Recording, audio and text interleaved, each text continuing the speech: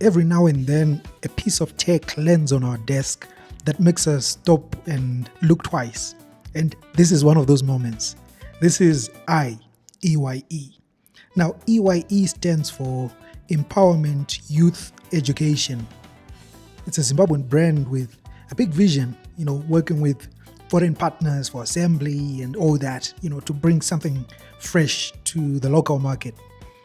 And first impressions, it is slick.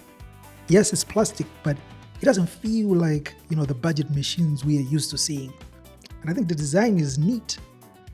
We're talking about a brand new unit here, straight from the source.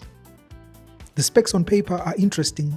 It's powered by the Intel N95 chip, but they've paired it with 12 gigabytes of, high-speed DDR5 RAM and 512 gigabytes of storage. Now, that's a combination we need to test.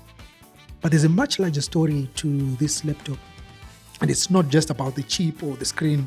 It's about why the Zimbabwean brand is stepping into this space right now.